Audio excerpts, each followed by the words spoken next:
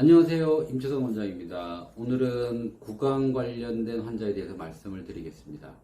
우리가 보통 혀가 아프신 분, 그 다음에 입안에 염증이 있어서 궤양이 생기는 분, 그 다음에 백채시라고 해가지고 쉐그렌과 같은 입안에 침샘이 공격받아서 침이 안 나오는, 그리고 입안이 건조해지는 이런 여러 가지 입안의 병들이 있는데 이 환자들이 많이 고통스럽습니다.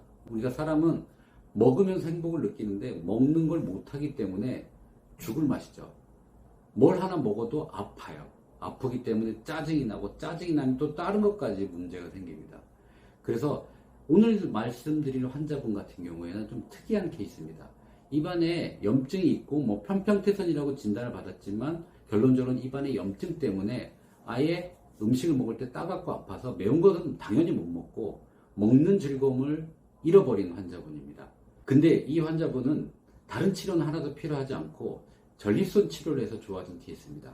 좀 희한한 케이스죠. 그래서 이 환자분에 대해서 말씀드리도록 하겠습니다.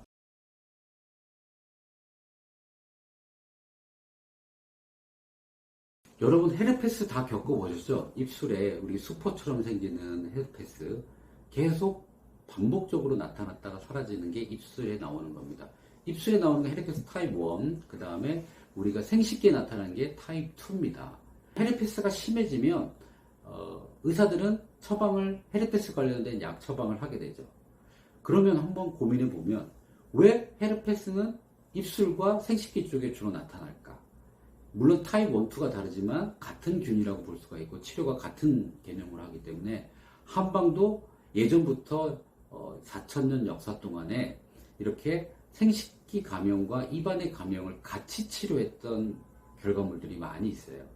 즉 전립선의 염증을 치료하는 약이 결국 입안의 염증을 치료하는 것과 동일하다는 거죠.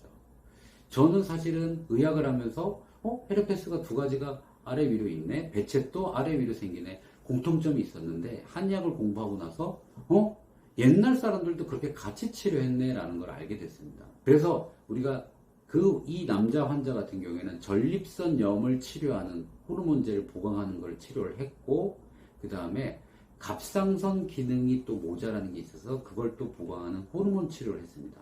근데 재미난 건 이 두 가지 약을 쓰게 되면 이 전립선으로 가는 혈류량 기능이 많이 올라가게 되거든요.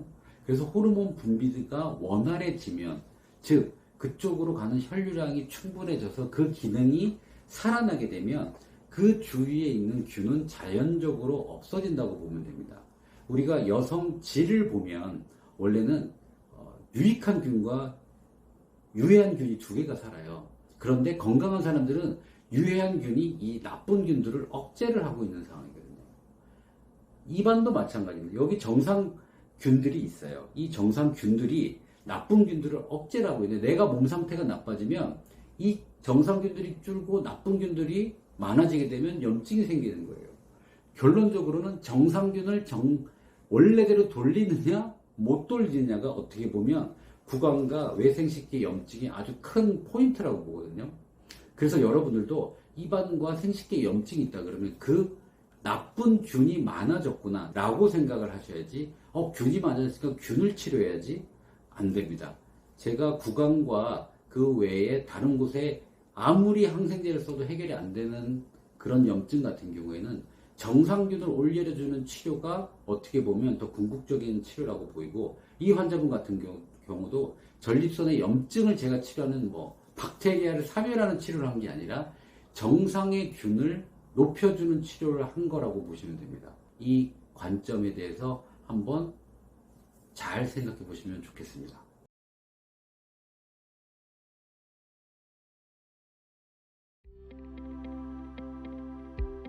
전장항에서는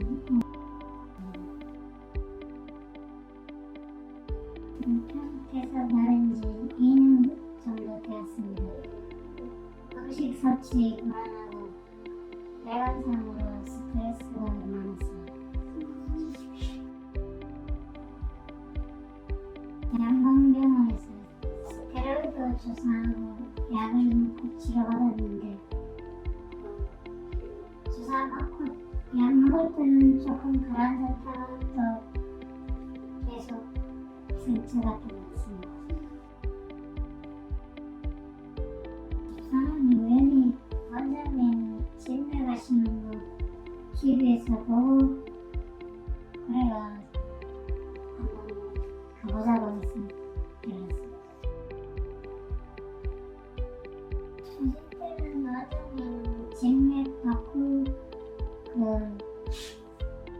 우리 피검사하고 별다른 치료는 없었고 한약 한제 가지고 내려가서 그거 다 먹었어요. 약 먹고 한 열흘 전부터 제 상처 부위가 조금씩 가라앉으면서 조금씩 먹을 수 있고 그리고 어느 정도 기간이 가니까는 이제 매운 것도 먹을 수 있고 많이 좋아졌습니다. 저하고 같은 이제 평평태생으로 고생하는 분들 위해서 조금이라도 도움이 되고 싶어서 찍겠습니다. 상담하시고 이렇게 보니까 형님 같고 동생 같고 가족처럼 이렇게 해주시고 그래가 저는 이제 많이 어떻게든 나락이 되면 원장님한테 좀 도움 되고 싶습니다. 앞으로 원장님 사업 잘 되시고 많은 분들 잘 치료하셨으면 좋겠습니다. 우리가 구강에 우리가 진단명이 참 많아요. 피부과 질환은 몇천 개 된다고 하잖아요. 근데 이게 진단명은 다 다른데 치료는 공통된 것들이 좀 많이 있습니다. 입안의 병은 사실은 한 가지. 우리 혀는 보시면 혈관 덩어리예요.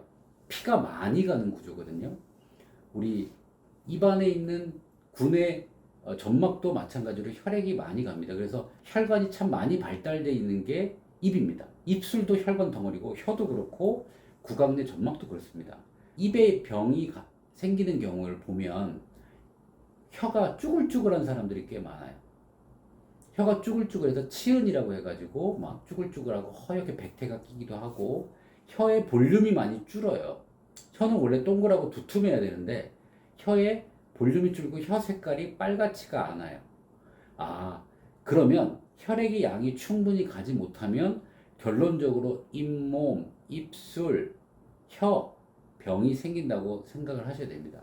이분도 편편태선에 있던 분도 결론적으로는 입안으로 혈류를 제일 많이 보내주고 입안에 있는 정상균이 작동할 수 있도록 해주는 게 어떻게 보면 큰 원리라고 보시면 됩니다.